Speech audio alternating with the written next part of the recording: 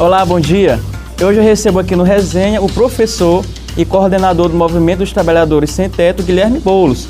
No ano passado ele foi candidato à presidência da República pelo PSOL.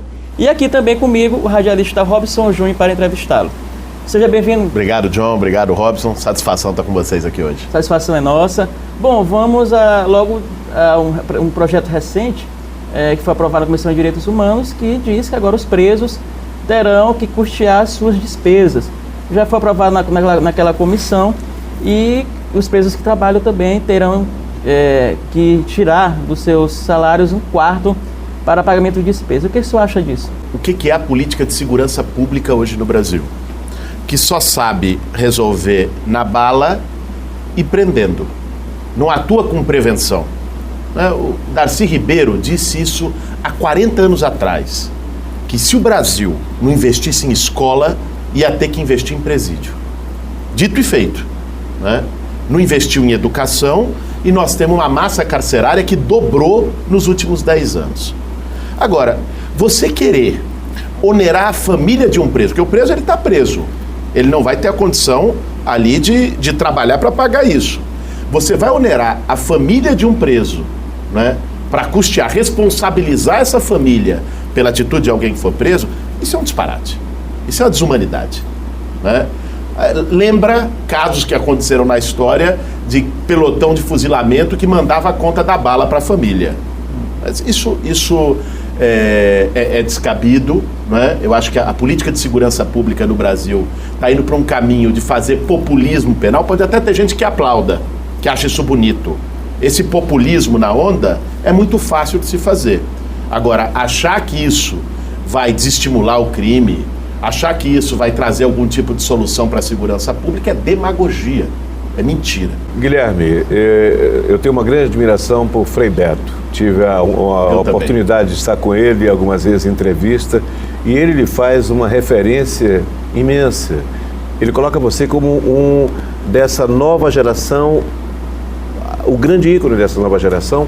Você se sente assim, ele coloca uma série de adjetivos aqui, nem vou citar todos, mas ele coloca você como, de todos aqueles que surgiram, como, digamos, a presença mais correta naquilo que ele compreende de uma nova geração. Eu venho de um processo de luta no movimento social, desde muito cedo. Eu, com 17 anos de idade, fui apoiar e me vinculei à luta por moradia. Para mim é uma luta de uma dignidade sem tamanho. Aliás, é triste que em pleno século XXI, milhões de pessoas tenham que lutar para ter um teto, que deveria ser um direito básico. Aliás, a Constituição assegura como direito básico para todo mundo. E o movimento sem teto, o movimento de luta por moradia, luta por esse ponto, sabe, é preliminar, é inicial. O teto é a base da dignidade. E eu fui morar numa ocupação de sem teto, na região metropolitana de São Paulo, em Osasco, com 18, 19 anos de idade. E desde então atuo nessa causa, nessa luta por moradia, aprendi muito lá e construí a minha trajetória na luta por moradia. Ano passado fui candidato a presidente da República pelo PSOL, mas foi a primeira eleição que eu disputei. Eu já atuo há quase 20 anos no movimento social, foi onde eu conheci o Frei Beto, com um exemplo de solidariedade. Sabe, tem uma história sobre o Frei Beto? Frei Beto, bom, todos sabem, foi assessor da presidência da República no governo Lula, um militante histórico das comunidades eclesiais de base, do trabalho social da Igreja Católica e um nome internacional. Frei Beto vai dar palestra no mundo todo, é bem recebido em todos os lugares, muitos livros publicados. E aí um dia eu fui visitar onde o Frei Beto mora, O Frei Beto mora no espaço da igreja. Olha, esse espaço que nós estamos aqui no estúdio é maior que o quarto do Frei Beto. Tem uma caminha, ali uma mesinha de trabalho, seus livros empilhados, as suas roupas, ou seja, numa austeridade, no bom sentido da palavra, é alguém que não precisa do luxo. Minha admiração pelo Frei Beto só cresceu quanto mais eu conheci ele. E a gente teve um encontro. Acho que ele viu no movimento social que eu atuo, na liderança que a gente constituiu, também um caminho e uma esperança para pensar projeto de futuro. Que eu estou convencido que nós não vamos, né, tirar o Brasil desse atoleiro que está hoje, desse abismo que está hoje, olhando só para o espelho retrovisor. Olhando para o passado e dizendo que tem que repetir ou fazer de um jeito ou tal. Nós temos que construir o futuro. Nós temos que inventar os caminhos e não vamos ficar olhando, vamos fazer igual os Estados Unidos. Hoje nós temos uma coisa, sabe? Esse governo tem uma coisa que me dá nojo, né? Que, aliás, se elegeu dizendo Brasil acima de tudo. Era o lema da campanha do Jair Bolsonaro. Aí vai lá para os Estados Unidos, lambibota do Donald Trump, e entrega a base de Alcântara aqui do lado, aqui no Maranhão, né? Faz um acordo para entregar para os Estados Unidos, criar um perímetro que nem brasileiro vai poder entrar sem autorização, né? Quer dizer, faz acordos que são lesivos ao povo brasileiro. E Brasil acima do quê? Né? Então o Brasil não tem que seguir exemplo de ninguém. Eu acredito num projeto de país que o Brasil realize as suas próprias potencialidades, a sua capacidade como nação. Nós somos um país continental, nós temos um povo com diversidade, temos um potencial econômico maravilhoso. Agora não é imitando o norte-americano que nós vamos chegar a lugar nenhum. Nesse contexto aí no governo Bolsonaro, recentemente uma medida tomada pelo Ministério da Educação de cortes de recursos enviados, destinados para as universidades federais. Segundo o governo, eles alegam o seguinte, uns dizem que é 30%, mas o governo alega que são dos orçamentos, né, dos gastos discricionários, não são gastos obrigatórios. Ele faz um cálculo seguinte, bom, esses gastos discricionários são 20% do orçamento total, e 30% em cima de 20% dá em torno de 3,5% do orçamento total. Mas, independente disso, de qual o percentual, o senhor acha que isso vai prejudicar o trabalho, os ensinos, a pós-graduação, a graduação nas universidades federais do país? Olha, John, quando saiu o dado do desemprego, o Bolsonaro questionou o IBGE, né? Agora sai o corte da educação, ele questiona a matemática. Como é que pode isso, gente? Fez o cálculo com chocolate. Pois é, que cena bizarra aquela do bombom, rapaz, na rede social. Um ministro de Estado, um ministro da Educação, a pasta mais importante do Brasil, se prestar aquela cena patética, aquela cena ridícula, não saber contar bombom, ficar cortando bombom. Isso é um retrato de um desgoverno que a gente vive hoje no Brasil. Agora, sobre a tua pergunta, não é que vai prejudicar, já está prejudicando. Eles anunciam os cortes na Bolsa CAPES, né? Estudantes que estavam sendo apoiados pelo Estado para fazer pesquisa, para colocar o Brasil num lugar mais vantajoso de ciência e tecnologia, que é decisivo para você poder ter uma competitividade internacional, para desenvolver uma inteligência própria, se colocar na divisão internacional do trabalho, cortar bolsa de permanência estudantil.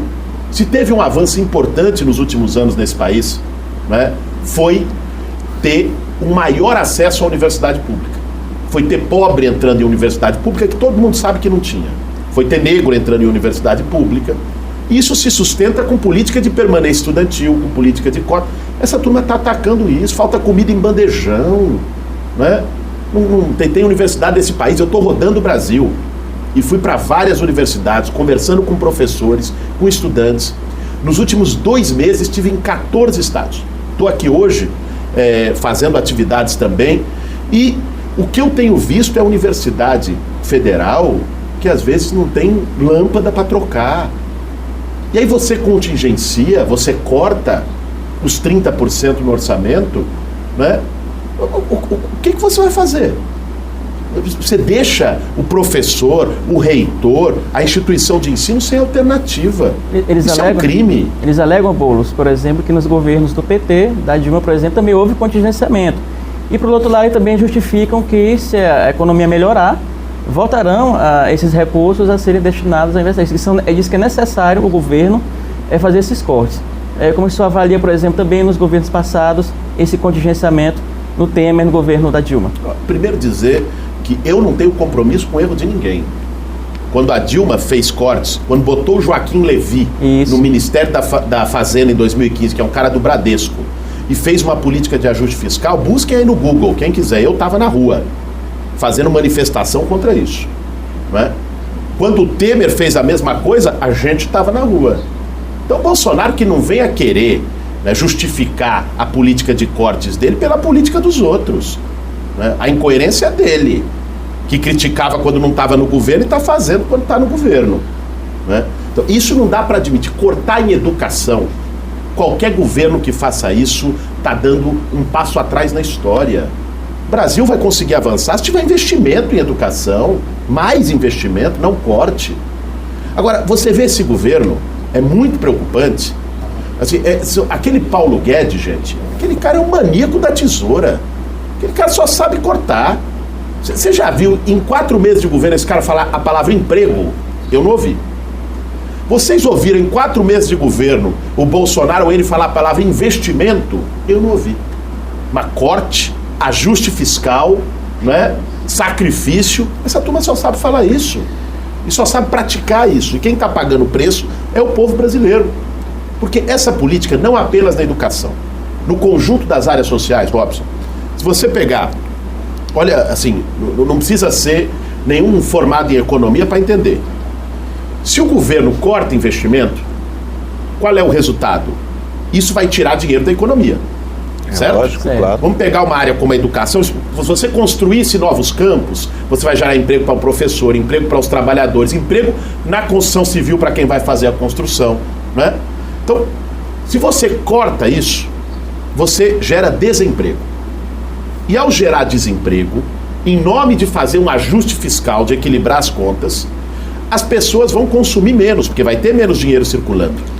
E quando o povo consome menos, o Estado arrecada menos, porque a arrecadação de imposto é sobre consumo nesse país, o que é uma excrescência, tem que mudar com uma reforma tributária, mas hoje é assim.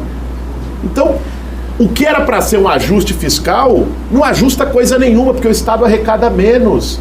Tanto é que estão fazendo corte, desde 2015, há 4 anos, e o déficit continua.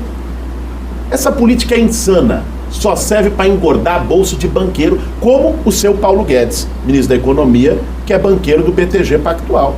Isso precisa ser enfrentado, tem que ser enfrentado nas ruas, e os estudantes, professores estão de parabéns pelo movimento que estão fazendo em relação a isso. Na terça-feira, a conversa do pró-reitor para a rádio, televisão e internet foi dizendo que a Universidade Federal do Maranhão só aguenta até julho. O dinheiro que tem, ela vai ter que parar em julho. Não é greve de estudante não, porque não tem mais dinheiro em caixa para continuar. E como é que o senhor entendeu, por exemplo, Boulos, aquela história de dizer, não, a gente vai tirar da universidade porque a gente vai colocar no ensino fundamental. Você acreditou naquela história? Como é que você vê isso? É tirar da cabeça e descobrir o pé? Como é que é isso? Como é que você vê isso? Como professor que está o dia a dia há muito tempo dentro de sala de aula. No tempo da ditadura, tinha uma personagem que era não me lembro de qual escritor, que era a velhinha de Taubaté. Eu não sei se vocês se lembram. Era do Chico. Personagem do Chico. A velhinha de Taubaté era aquela senhora crédula. O governo falava, ela acreditava. Vai acabar a inflação. A velhinha de Taubaté. O Brasil inteiro não acreditava, só a velhinha de Taubaté acreditava. Eu acho que nessa história nem a velhinha de Taubaté acredita de que vai tirar o dinheiro da universidade para botar no ensino básico. Mentira. Né? Eu quero ver esse governo renovar o Fundeb.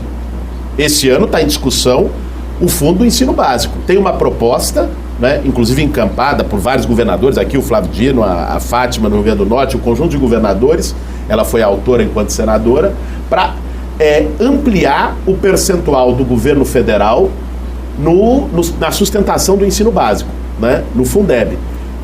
Vamos pôr à prova então o que eles estão dizendo? Eles vão investir mais no Fundeb? O governo federal vai botar esse recurso?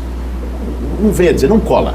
Isso é uma mentira, é querer jogar ensino superior contra ensino básico. Eles não são contraditórios, eles são complementares. Essa ideia de que... aliás, o ex-ministro do Bolsonaro, aquele Vélez, colombiano, ele chegou a dizer isso. Chegou a dizer, olha, a universidade tem que ser para uma elite intelectual. Então, para essa turma é o seguinte... A escola tem que ensinar cada um de nós aqui a ler, a escrever e a contar. Pronto. Para ser uma engrenagem na maquininha do sistema. Agora, pensamento crítico, elaboração, ciência, tecnologia, não. Isso é para uma elite intelectual. É voltar aquele tempo que para ir para a universidade tinha que ter sobrenome de barão, né? Isso é um disparate, isso é um retrocesso secular. Nós não podemos admitir que queira se fazer um contraponto entre investimento na educação básica e no ensino superior. Tem que se fazer os dois e tem condição de fazer se tiver vontade política. Projeções econômicas divulgadas durante a semana. Por exemplo, no início do governo a expectativa de crescimento do PIB era de 2,5%. Depois baixou para 2,2%. Agora, a última projeção dada pelo Guedes, que ele admite agora publicamente, é de 1,45%, 1,5% de crescimento do PIB ao ano de 2019. Além disso, taxa de inflação também 4%, taxa de juros 6%. Com essas projeções nada animadoras, é possível que o país tenha o crescimento econômico, que o governo Bolsonaro possa promover as mudanças, os compromissos de campanha que ele fez durante a campanha eleitoral do ano passado? Eu acho que essa projeção ainda está otimista, né? Acho improvável, com o cenário que está colocado hoje, tenho conversado muito com um grupo de economistas, fazendo balanço, que o Brasil cresça mais de 1% ao ano. Aliás, setores do mercado já estão colocando expectativas de crescimento de 1% nesse ano, o que é uma vergonha, né? O que não tira o Brasil do fundo do poço, né? Para o país crescer, é preciso retomar investimento público. Não tem outra saída. O Estado tem que fazer a sua cota, retomando o investimento. Para o país crescer, vai ser preciso baixar a taxa de juros, atuar sobre o sistema financeiro para baixar os juros. Por que uma parte das famílias brasileiras não vão fazer compra, né? Porque não consegue mais se endividar, já está endividado, com juros exorbitantes. Nós temos os juros do cartão de crédito mais altos do mundo. Os mesmos bancos que cobram 1% na Europa cobram 20% aqui.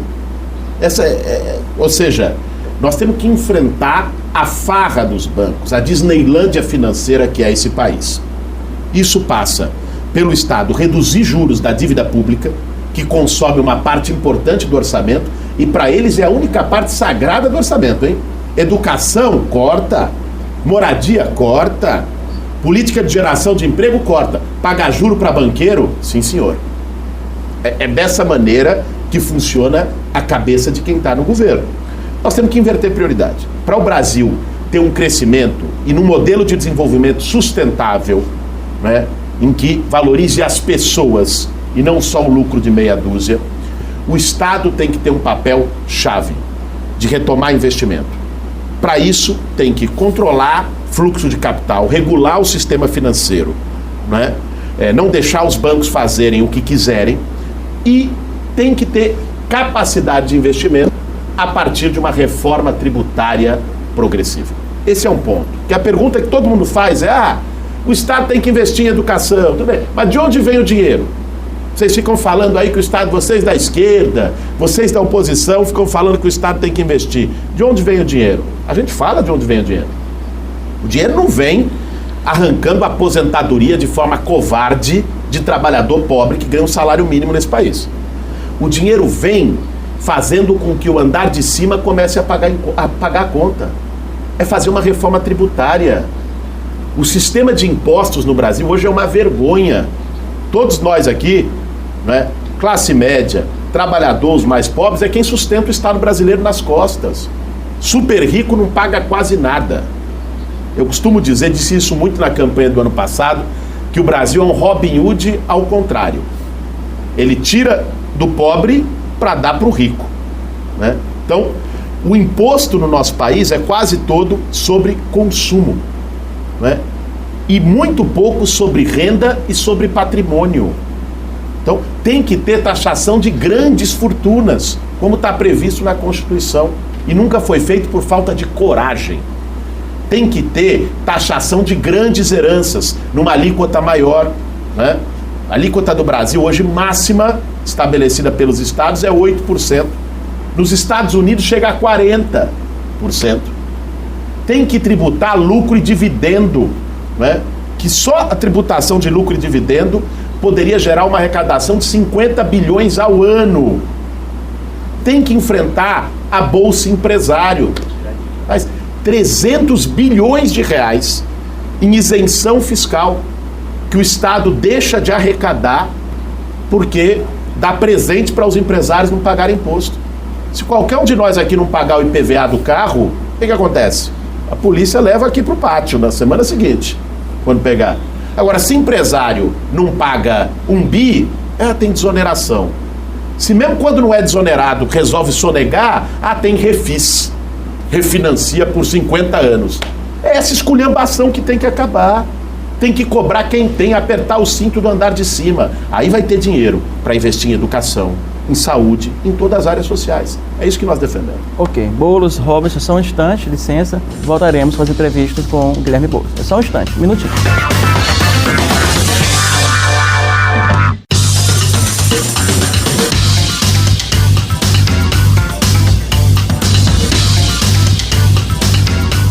De volta com o programa Resenha, aqui ao meu lado o professor e ex-candidato à presidência da República pelo PSOL, Guilherme Boulos. O tema agora, Boulos, é reforma da Previdência. É um tema polêmico, que vem gerando muita discussão, já foi aprovada na CCJ, agora na comissão especial, mas tem criado divergências em relação a alguns pontos, entre os quais destacamos a questão do BPC, benefício de prestação continuada, que atinge os mais idosos, miseráveis, e também os trabalhadores rurais. O que é que você entende por essa reforma que está sendo proposta? O que é que você concorda, o que você não concorda? Você acha que a reforma da Previdência vai trazer um impulsionamento econômico para o Brasil, tal qual eles falaram que a reforma trabalhista geraria milhões de empregos e até agora não gerou? A reforma da Previdência, a saída do senhor é favorável? Olha, John, acho que é muito importante a gente explicar para o telespectador o que está em jogo com essa dita reforma da Previdência. Eu quero dizer, não é uma reforma, é uma destruição da Previdência Pública no Brasil do jeito que a gente conhece. Vou dizer por quê. Eles querem tornar a aposentadoria pelo INSS algo praticamente inviável. Quando você bota uma idade mínima de 65 anos para os homens e 62 para as mulheres, combinado com o aumento do tempo de contribuição, você vai estar excluindo boa parte do povo brasileiro do direito à aposentadoria. Eles querem botar 20 anos como tempo mínimo de contribuição para que a gente possa se aposentar. Então tem que chegar aos 65, no caso do homem, e mais 20 anos de contribuição. Vocês sabem, exatamente porque hoje o Brasil é uma economia, sobretudo, de trabalho informal, de bico, trabalho sem carteira assinada. A maioria da classe trabalhadora brasileira está nessa situação hoje. Como as pessoas comprovam 20 anos de contribuição? Hoje, de todos os aposentados no país, 70% se aposentaram com menos de 20 anos de contribuição. Ou seja, se a reforma tivesse valendo, 70% não estaria aposentado hoje, né? E os 20 anos é para ter 60% do salário. Para ter aposentadoria com seu salário integral, vai ter que contribuir por 40 anos, o que é impraticável para a maioria dos trabalhadores no país. Que não é trabalhar por 40 anos. Isso a maioria do povo brasileiro trabalha. Porque o brasileiro começa a trabalhar com 14 anos de idade, com 15 anos de idade, né? Agora, é trabalho com carteira assinada, com contribuição para a Previdência por 40 anos. Qual é a lógica disso?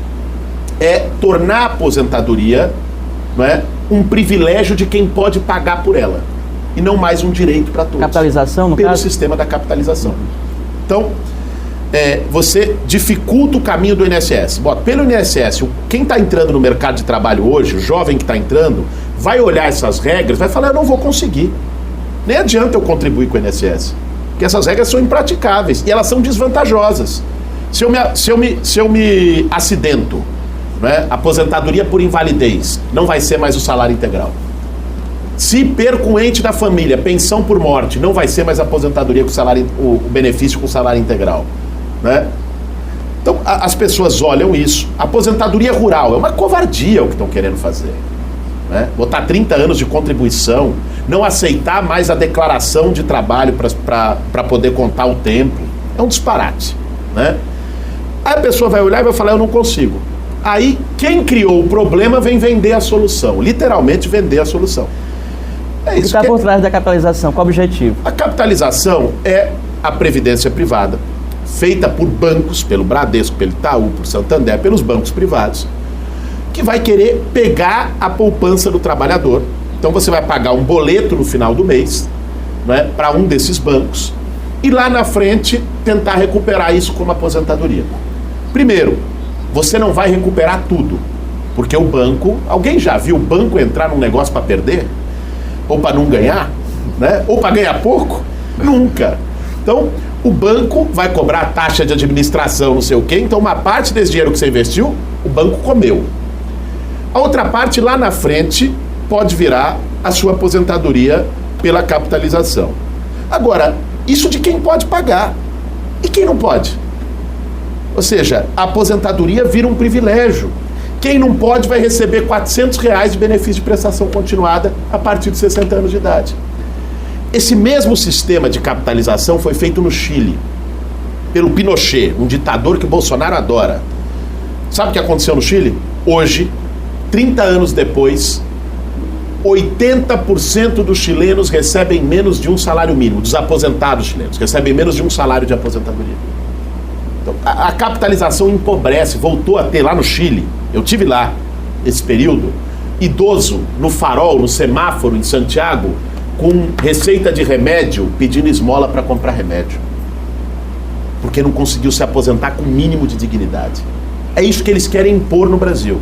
Entregar a aposentadoria aos bancos e quem não tiver como pagar, ficou fora, não conseguiu fazer a capitalização, não entrou nas regras do INSS, então você vai lá e recebe R$400. R$400 não compra nem comida, gente.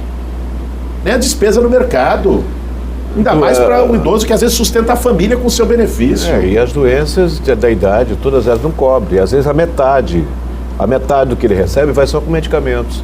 Uma outra coisa, parece um paradoxo, Boulos. Nós temos hoje 13 milhões de brasileiros que poderiam estão desempregados. Isso aí, eu não vejo ninguém falar sobre isso. Mas esses 13 milhões, se estivessem empregados e estariam colocando dinheiro no cofre, não é uma lógica? Eu não sou de economia, mas espera aí, não parece lógico isso? Olha, então eu não vejo falar em investimentos, eu não vejo ninguém falar em investimento.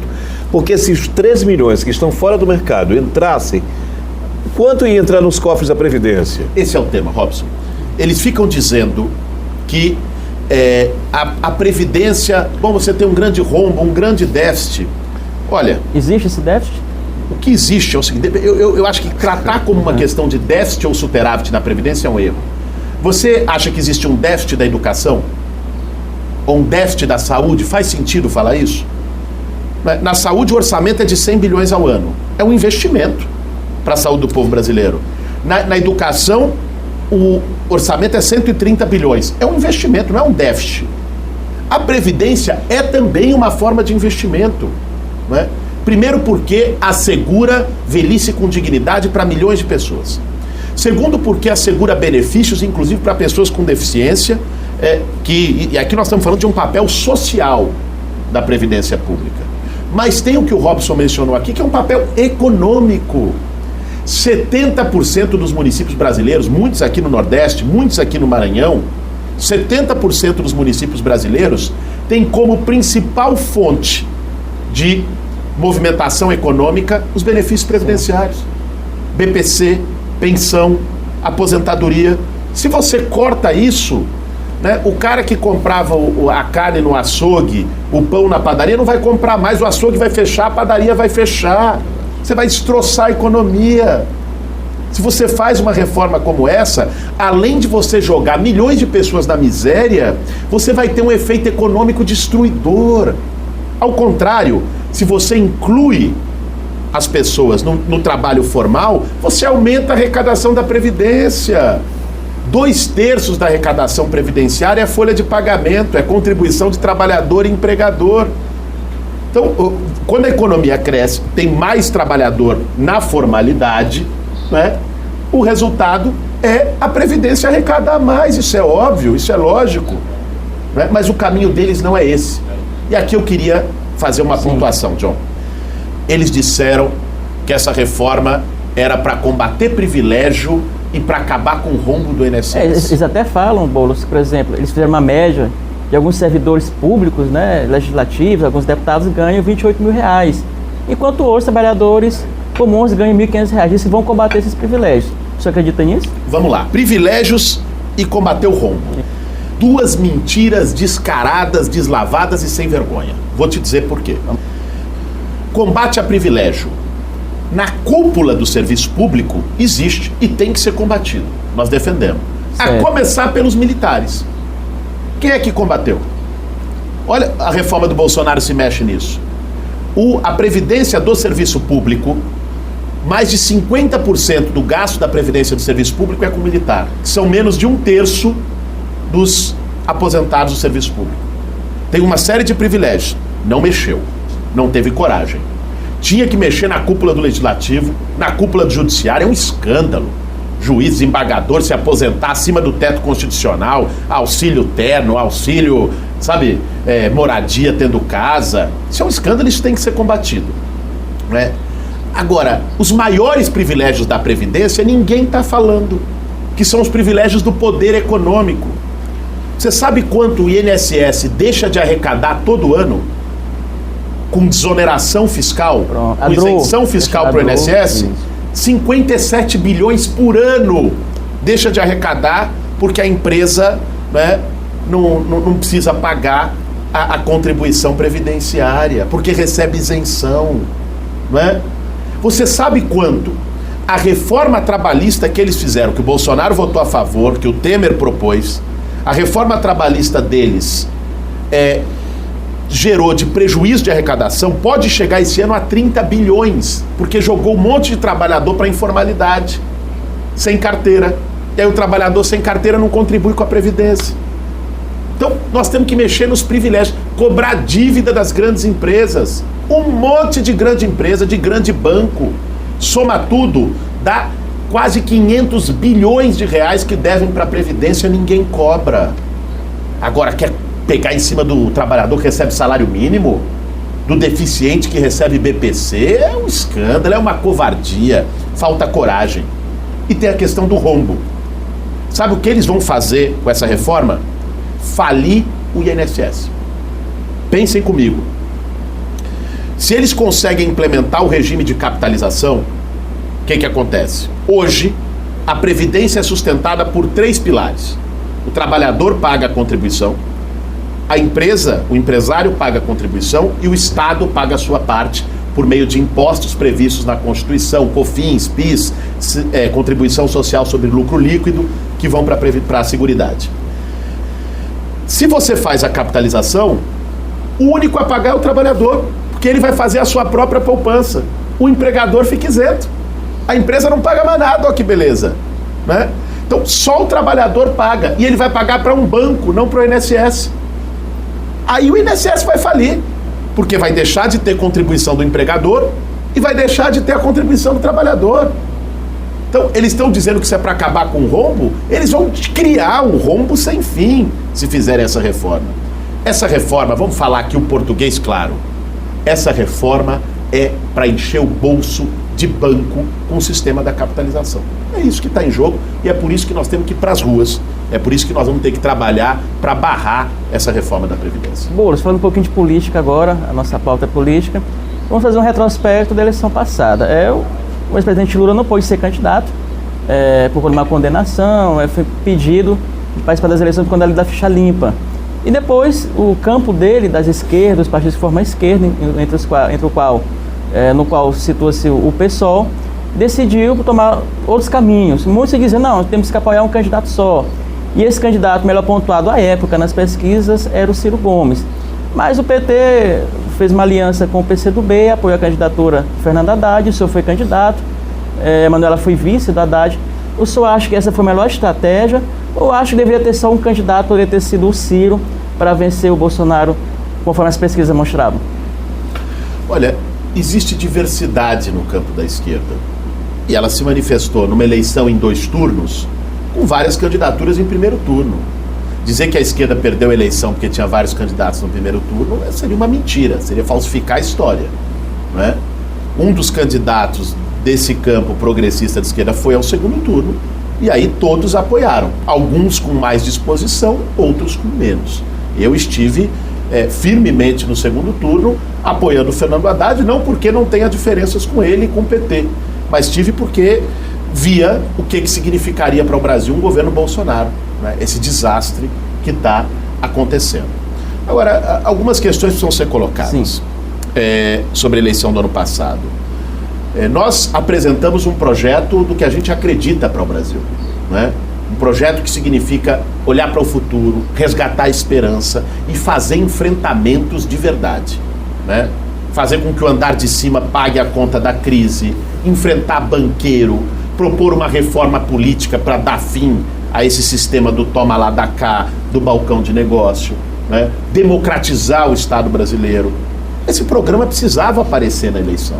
Era importante que tivesse uma voz, ainda que naquele momento não tivesse condição de ganhar a eleição. Eu sabia dos limites da nossa candidatura, mas a gente estava plantando uma semente para o futuro. Foi isso que nós fizemos. Passar uma mensagem que era importante que se manifestasse na eleição. E depois, num segundo turno, se juntou para que a gente pudesse tentar derrotar o Bolsonaro. Não foi assim que aconteceu, por uma série de razões. E um ponto importante, eu acho que a esquerda tem que hoje, a oposição tem que estar unida. Eu defendo e tenho praticado a construção de uma unidade da oposição ao Bolsonaro. Unidade em torno de algumas bandeiras. Em torno da democracia brasileira, que eu acho que está abalada. Democracia não é só ganhar uma eleição. Isso é parte, respeitar o resultado eleitoral e tal. Mas democracia é respeitar no dia a dia, no cotidiano, quem pensa diferente, respeitar as oposições, respeitar os movimentos sociais. E essa não é a postura desse governo, né? Você ter, por exemplo, um preso político no Brasil, e no meu entendimento o Lula é um preso político, isso é um assinte para a democracia brasileira. O Lula foi preso, a gente sabe bem, para tirar ele do processo eleitoral, gente. Todo mundo sabe disso, né?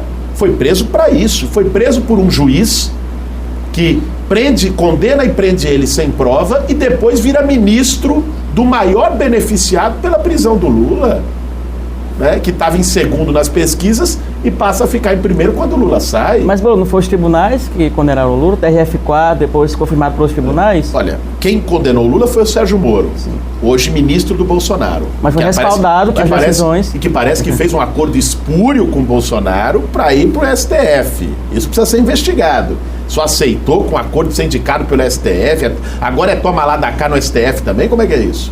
Né? Agora, foi reafirmado pela segunda instância, que é o TRF4, que, vamos combinar, é um puxadinho de Curitiba.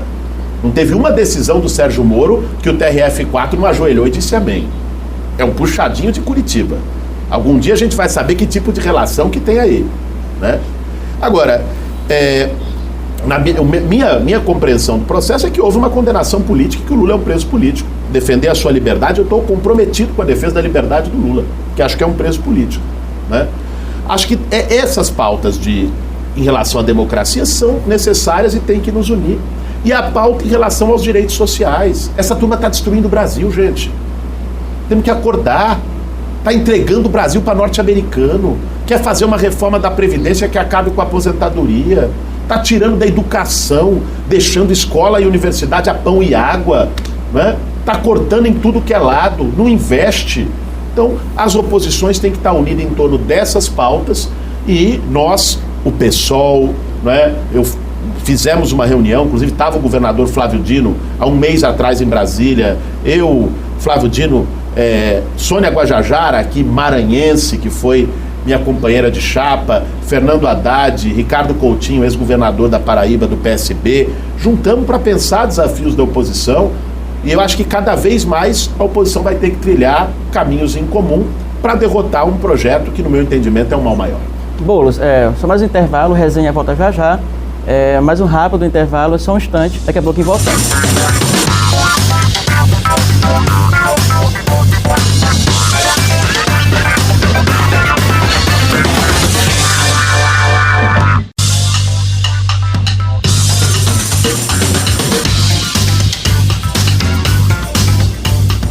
De volta com o programa Resenha, aqui comigo, o professor ex-candidato a presidente da República, Guilherme Boulos. Primeira pergunta, Robson, é contigo nesse bloco. Você citava ainda há pouco essas participações do governador Flávio Dino, e eu perguntava isso para ele já há uns 2 programas atrás, de que, queira ou não, ele tornou-se uma liderança, uma voz que surge no cenário. Apesar do Bolsonaro ter assumido há pouquinho tempo, né, aí seguindo para 150 dias ou mais, fatalmente já se começa a desenhar cenários de futuro. Como é que você enxerga Flávio Dino dentro desse cenário?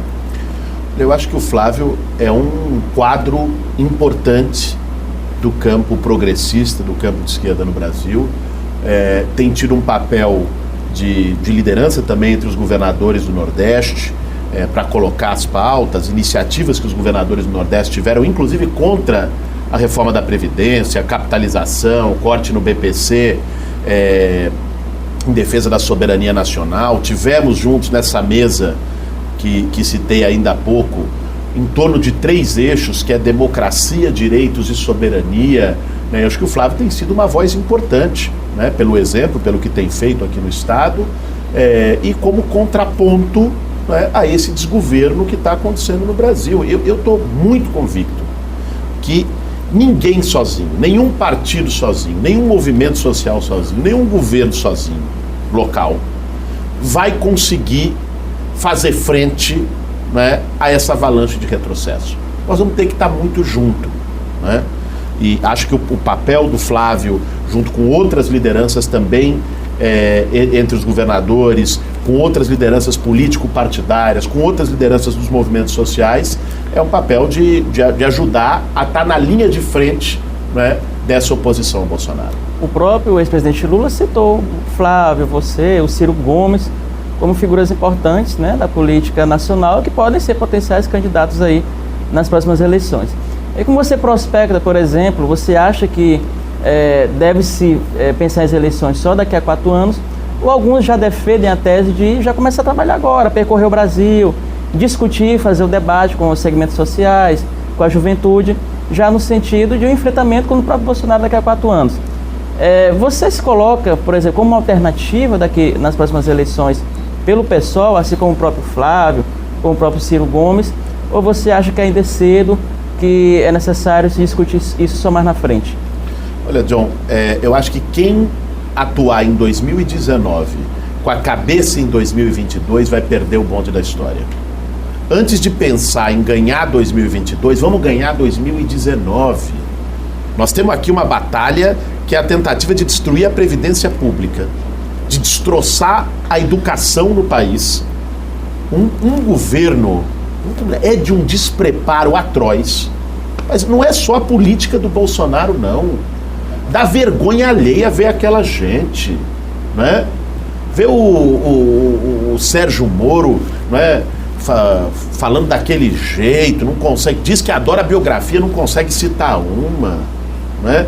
Ver o ministro da Educação confundindo Kafka com Kafka, né? Pegando bombom e fazendo espetáculo no Facebook. Você vê a ministra da Agricultura dizendo que o problema da fome no Brasil não existe porque tem muito pé de manga. Você vê o ministro das Relações Exteriores que acha que a Terra é plana, que diz que o aquecimento global não existe. Esse governo é uma palhaçada, é um despreparo. O Bolsonaro que não consegue nem ler um teleprompter, né? Fica gaguejando para ler um teleprompter. Mas, enfim, é uma turma de desmonte, de destruição, de retrocesso em todos os aspectos. Então, eu acho que a esquerda, a oposição, não pode se dar o luxo de agora estar pensando na eleição de 2022, em projetos individuais, em projetos pessoais. Nós temos que estar junto para derrotar, né, essa tentativa de destruição nacional. Exemplo, eu acredito muito nisso. Eu citei isso, Boulos, porque o PDT já disse, o próprio Carlos Lupe, uma declaração recente, que o Ciro Gomes já é o candidato do partido, pré-candidato, que vai trabalhar o nome dele durante os 4 anos pelo PDT. Independente disso, eu pergunto o seguinte: o pessoal sempre tem uma atitude mais, digamos assim, radical em relação a outros partidos de esquerda, como o PCdoB, PT. Eu lhe pergunto, como será a atuação do PSOL ali na Câmara, junto com esses partidos? Ficará um pouquinho mais isolado ou dessa vez estará mais unido? Olha, o PSOL já está tendo uma atuação com muita unidade na esquerda. Pega a nossa bancada na Câmara, são 10 deputados, uma bancada extremamente combativa, que faz muito barulho, toda hora todo mundo está ouvindo a bancada do PSOL lá fazendo os enfrentamentos que precisam ser feitos. e que tem atuado em unidade, em geral, com a bancada do PT, com a bancada do PCdoB, muitas vezes com a bancada do PDT, com a bancada da Rede, do PSB, né? Então, hoje, sim, uma coisa é você ver um momento em que o PT estava no governo, né? E você tinha ali os enfrentamentos e críticas aos limites daquela experiência de governo. O senhor faz uma crítica em relação ao governo do PT? Eu tenho críticas em relação ao governo do PT. Não à toa fui candidato a presidente da República pelo PSOL, né? Eu tenho críticas. Acho que faltou ali, e já tive a oportunidade de dizer isso ao próprio presidente Lula, faltou, por exemplo, a iniciativa de fazer uma reforma política. De, em vez de governar com os mesmos de sempre, com o PMDB, com aquela mesma turma de sempre, fazer uma reforma política, enfrentar essa relação promíscua entre Congresso Nacional e Presidência da República, entender que a política não se faz na Praça dos Três Poderes só, precisa trazer o povo com plebiscito, com referendo, com maior participação popular. Faltou isso. Faltou uma ousadia maior para enfrentar privilégio de banqueiro que manda nesse país, né? Inclusive uma reforma tributária para que rico começasse de verdade a pagar imposto no Brasil. Faltou fazer uma reforma agrária, né? Acabou ficando refém de interesses do agronegócio, pelo papel que tem na exportação. É verdade, né? Mas não podemos esquecer nunca que mais da metade do que se come nesse país, da nossa produção interna, vem da agricultura familiar, né? E isso se fortaleceria com um projeto de reforma agrária que, além disso, gera emprego no campo. Então, faltou fazer uma série de enfrentamentos, seja ao sistema político, seja ao oligopólio das comunicações no país, seja ao tema das elites econômicas. Eu acho que fez menos do que poderia. Corrupção, você acredita que teve no governo do PT? Sem dúvida alguma teve. Essa é uma questão que está posta. Isso. Né? Agora, o que eu não acho é que se deva colocar a corrupção com a etiqueta de um partido. O sistema político brasileiro é corrupto. O sistema político brasileiro funciona à base de corrupção, de toma lá da cá. Como é que funciona? Financiamento de campanha eleitoral, começa aí. Vem empresa, empresário, paga a campanha eleitoral e depois quer receber em troca benefícios do governo. Seja pela lei, né, aprovação de lei que interessa para eles, seja com uma fraude em licitação, seja como for. O Estado brasileiro funciona desse jeito há muito tempo. Aí, relação do Executivo com o Congresso. Divide os ministérios na esplanada, trocando voto no Congresso por cargo. E aqueles cargos são usados, muitas vezes, não de forma exatamente republicana. Isso é notório. O que eu acho que faltou ao governo do PT foi enfrentar e combater isso com peso. Agora, quem vai dizer aqui que isso não aconteceu no governo Fernando Henrique? Quem vai dizer aqui que isso não aconteceu no governo Sarney? Não é? Quem vai dizer aqui que isso não acontece nos governos do país? Eu acho que faltou ao PT coragem e ousadia para romper com esse sistema. Agora, dizer que a corrupção nasceu aí, me desculpe, isso é a história da carochinha. A bancada ruralista, ela é gigante dentro do Congresso e a gente percebe que ela tem uma ação e recebe um carinho especial do atual presidente. Agora mesmo, há uma liberação, por exemplo, aumento, você pode queimar mais, abrir mais espaços dentro da... Existem coisas sendo feitas nesse momento que ajudam muito. Como é que você vê essa questão do meio ambiente? Você falava ainda há pouco mesmo que eles acabam dizendo, não existe essa história. E no mundo há alguns governos que estão dizendo que não existe. Coloquem em xeque estudos de um monte de cientistas. Eu vi recentemente estudos que mostram e ratificam que nós estamos com problemas climáticos terríveis agora. Como é que você vê esse momento, essa relação dessa bancada que acaba, logicamente, aquela história do toma lá da cá, na hora de votar, votam junto, mas eles estão recebendo uma série de beneficiamentos. Volto também ao marketing violento que é feito, né? Isso é top, é pop, é tal, e tá na mídia, a gente está vendo aí. Então, claro, aqueles que estiverem nos ouvindo agora, que fazem a coisa correta, que são empresários, esse não cabe na carapuça, mas tem muita gente, você lembra do papelão, da não sei o que, botar dentro do leite e tal, que acabou gerando um problema de divisas para o país, porque muito da nossa carne naquela época. Como é que você vê essa relação dessa bancada junto a esse atual governo? Olha, esse governo e a bancada ruralista no Congresso são inimigos do meio ambiente, inimigos declarados do meio ambiente. Para eles, se puder devastar a Amazônia inteira, poluir todos os rios com agrotóxico, né? Destroçar a terra, matar indígena, matar quilombola, se puder, eles vão fazer com gosto. O problema é que o atual governo está deixando o poder cada vez mais, né? Então, a história da FUNAI, de botar a demarcação de terra indígena no Ministério da Agricultura, isso é botar raposa para cuidar do galinheiro, gente. O agronegócio vai querer demarcar a terra indígena? Vai querer tirar a terra indígena, né? Essa história da Amazônia, né? De tirar unidades de conservação, de possibilitar mineração na Amazônia, mineração predatória nesse país, produziu tragédias anunciadas como a que nós vimos em Brumadinho esse ano e em Mariana algum tempo atrás. Não adianta só se comover quando acontece Brumadinho, rezar pelas vítimas, cantar o hino nacional, se compadecer com as imagens e depois não defender o enfrentamento a esse modelo. É o modelo que coloca o lucro acima da vida. É o modelo que envenena a nossa comida todos os dias. Nós comemos, em média, brasileiro ingere, em média, 7 litros de veneno por ano. É o país com o maior consumo de agrotóxico no mundo. E acabaram de liberar mais na Câmara dos Deputados. Exatamente. Pela bancada ruralista. Cancerígenos, inclusive. Então, olha, é óbvio que você tem que existir produção agrícola, agroindústria no Brasil. Agora, isso tem que ser um outro modelo de desenvolvimento que favoreça a agricultura familiar, que favoreça a agricultura orgânica, não é? Sem agrotóxico, que favoreça uma produção sustentável, que também gere emprego no campo, que respeite as terras indígenas e quilombolas, que respeite as florestas, que respeite as águas, não é? E não é essa a preocupação do governo Bolsonaro, e aí é um problema. E eu queria pontuar isso. Olha, não é um projeto só de 4 anos. O que está em jogo nesse momento no Brasil é o nosso futuro. Nosso, das próximas gerações que vão vir, dos nossos filhos, dos nossos netos. Porque se passa esse projeto de devastação do meio ambiente, esses efeitos são de longo prazo. É décadas. Se passa a reforma da Previdência, isso vai afetar as próximas gerações. Se destroem a educação no Brasil, isso vai matar a geração seguinte.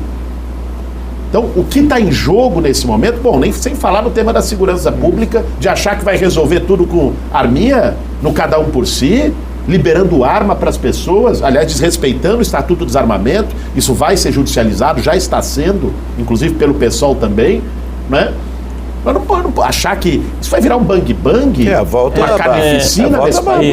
Nós estamos voltando, é um retrocesso. É um retrocesso profundo que precisa ser enfrentado. Ser enfrentado por uma oposição combativa, uma oposição que não fique só no hashtag na internet, em colóquio, mas tenha coragem de ir para a rua. E é essa oposição que eu quero ajudar a construir. Bom, só para finalizar rapidinho, que o senhor comentasse também que a oposição bate muito na tecla que o senhor invade, né, propriedades, que o senhor é um arruaceiro, que o senhor não respeita a propriedade privada. Que o senhor explicasse para a gente por que o senhor é líder do movimento dos trabalhadores sem teto, coordenador. Como é que se dá isso? O senhor avalia de que forma o senhor é a favor de invadir qualquer tipo de propriedade, mas as propriedades que estão, digamos assim, ilegais, que não têm utilidade. Qual é a sua opinião em relação a isso? John, obrigado pela pergunta, porque isso dá oportunidade da gente quebrar preconceitos. Exatamente. Explicar direitinho o que é isso. Primeiro, que eu ouço muitas vezes na rede social, o Boulos é vagabundo, não trabalha. Não é? Eu quero dizer aqui, sou professor, desde os 23 anos de idade dou aula, que lamentavelmente hoje, para quem está no governo e para a rede de fake news que eles espalham, professor às vezes não é trabalho. Né? É desqualificado como trabalhador, lamentavelmente. Olha, miliciano é mais amado que professor, por quem está no Palácio do Planalto hoje nesse país. É triste. Mas sobre o MTST, o Movimento Sem Teto, eu queria falar um pouco sobre isso. Se criou um mito, uma ideia de que o movimento invade a casa dos outros. Mentira. O movimento social nunca invadiu a casa de quem quer que seja. O que o movimento social faz é ocupar terrenos, não é? Prédios, que estão abandonados há muito tempo, em situação ilegal, porque não cumprem a função social. Existe o Estatuto das Cidades, que é uma lei que prevê que esses imóveis deveriam ser requalificados e desapropriados para habitação popular. Mas essa lei não é cumprida, né, porque enfrenta interesse de construtora e de imobiliária.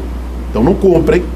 O movimento pega esses imóveis, que muitas vezes têm mais dívida do que o valor do imóvel, abandonado há 10, 20, 30, 40 anos, sendo espaço para criminalidade às vezes. Organiza famílias que não são vagabundas, não. São famílias que todo fim do mês, talvez como alguns que estejam nos assistindo, tem que fazer a dura escolha entre pagar aluguel e botar comida na mesa, que sofrem humilhação morando de favor na casa de alguém. O movimento organiza essas famílias para reivindicar que esses terrenos sejam utilizados para moradia popular. Essa atuação não é ilegal, essa atuação não é arruaceira.